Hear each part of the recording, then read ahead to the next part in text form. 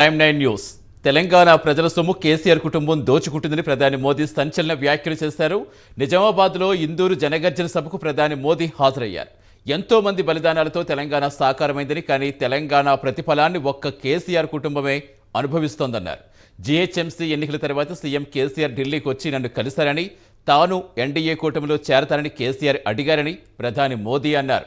కానీ కేసీఆర్ ఎన్డీఏ కూటమిలో కలవడం తాను ఒప్పుకోలేదని మోదీ బయటపెట్టారు. అంతేకాకుండా తన కొడుకు కేటీఆర్కు బాధ్యతలు అప్పగిస్తారని కేసీఆర్ చెప్పారని, వారసత్వంగా ఇచ్చేందుకు మీరేమైనా రాజులా అని నేను ప్రశ్నించారని తెలిపారు.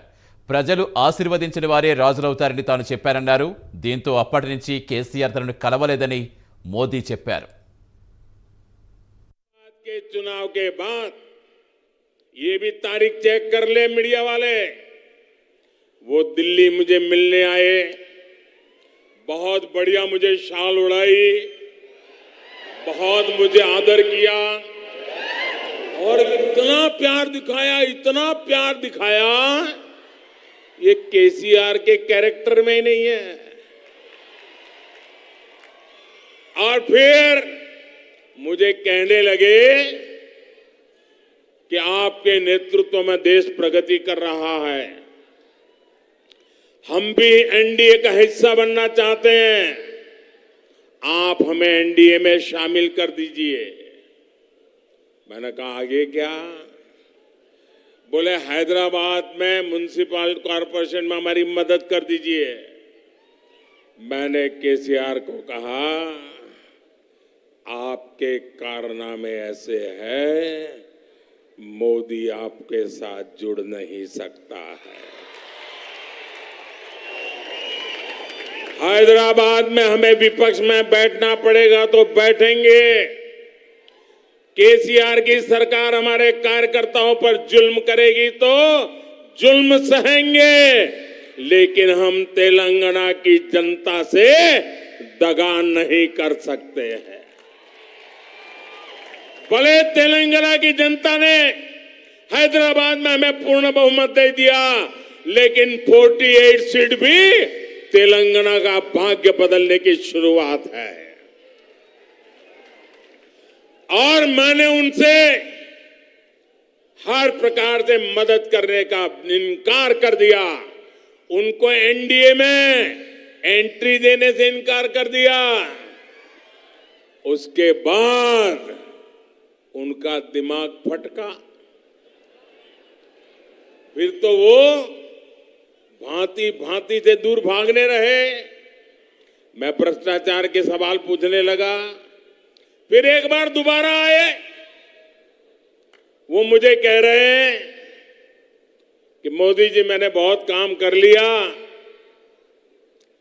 अब मैं सारा कारोबार केटीआर को दे देना चाहता हूं. मैं एक बार केटीआर को भेजूंगा, आप जरा उसको आशीर्वाद दे देना. ये उन्होंने मुझे कहा. मैंने कहा केसीआर, ये लोकतंत्र है, तुम कौन होते हो बेटे को राजगादी दे? तुम राजा महाराजा हो क्या? क्या तुम राजा महाराजा हो क्या? अरे तेलंगाना की जनता तय करेगी किसको बिठाना है, किसको नहीं बिठाना है. बस वो दिन आखिरी था. उसके बाद एक बार भी वो मेरे से आंखें नहीं मिला पा रहे. मेरा परछाया भी देखने की हिम्मत नहीं बची उनकी. आप देखा, अभी मैं सरकारी कार्यक्रम करके आया, कोई भ्रष्टाचारी मेरे बगल में बैठ करके मेरा ताप सहन नहीं कर सकता है, इसलिए भाग रहे हैं. तेलंगाना के लोगों के लिए भेजागा जो पैसा भेजा ना, उसमें भी लूट चलाई.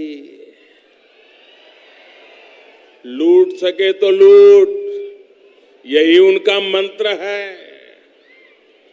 ना कुटुंब सभ्युलारा, भारत जैसे लोकतंत्र देश में प्रजा का महत्व होना चाहिए, परिवारवादियों का नहीं. और इन्होंने तो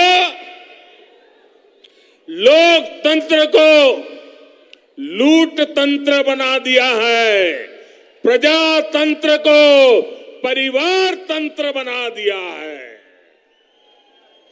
तेलंगाना के निर्माण के लिए हजारों परिवार संघर्ष करते करते तबाह हो गए।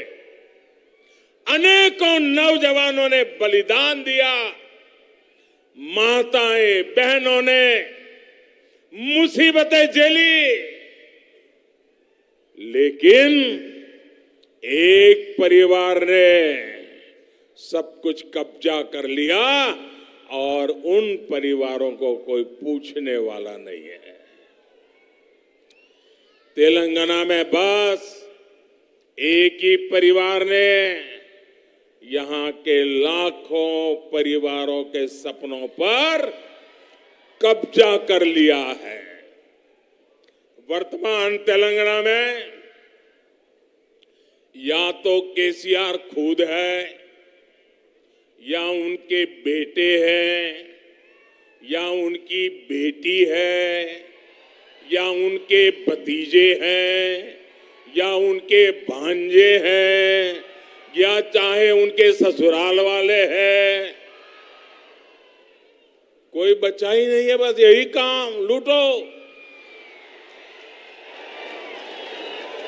क्या आपने कभी सोचा है कि वो कैसे आपके एक वोट का उपयोग केवल अपने परिवार को अमीर बनाने में कर रहे हैं?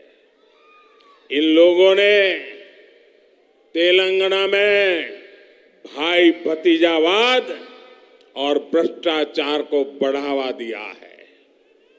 ना कुटुंब सभ्युलारा